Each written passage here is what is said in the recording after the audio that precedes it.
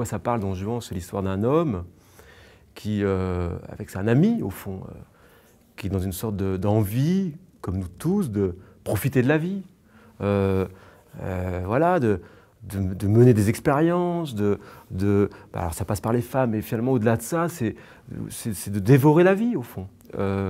Et pour moi, quand je lis le texte, quand on l'entend par les acteurs, on a l'impression que, en fait, pour moi, ça me renvoie assez précisément à une situation que j'ai bien connue, c'est celle, on part pour faire la fête, et puis à un moment là, on est presque au bout de la nuit, la fête s'arrête, les bars ont fermé, etc. Enfin voilà, il faut rentrer chez soi, et on ne peut pas s'y résoudre, on a envie que cette chose hallucinante qui se produit là depuis hier soir, là, ça continue, et on se dit avec des amis, allez hop, c'est pas grave, on prend une bagnole, et puis on va à Venise, on va descendre vers Marseille, et c'est une sorte d'équipée sauvage comme ça, parce que simplement on veut reculer le moment où tout d'un coup il va falloir aller se coucher quoi, et laisser venir le jour.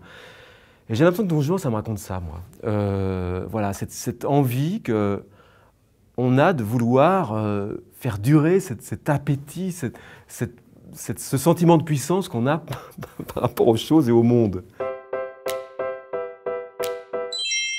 Cette histoire de Don Juan, bien sûr, elle a été écrite il y a 3 siècles, mais enfin, voilà, elle me parle, elle nous parle, elle nous hante aujourd'hui, dans nos habits d'aujourd'hui, quoi. Donc, on va essayer de faire entendre ça, quoi.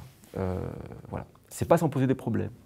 On n'a pas encore toutes les solutions à ce moment-là, mais voilà. Donc, plutôt contemporain. Et puis après, puisque moi, j'ai envie de travailler sur la sensation, après tout, c'est une pièce baroque. Alors, il y aura forcément beaucoup de musique, un musicien sur le plateau, et qu'on soit comme ça, immergé dans cette folie, dans ce road movie. Voilà, jusqu'au bout de la nuit, et puis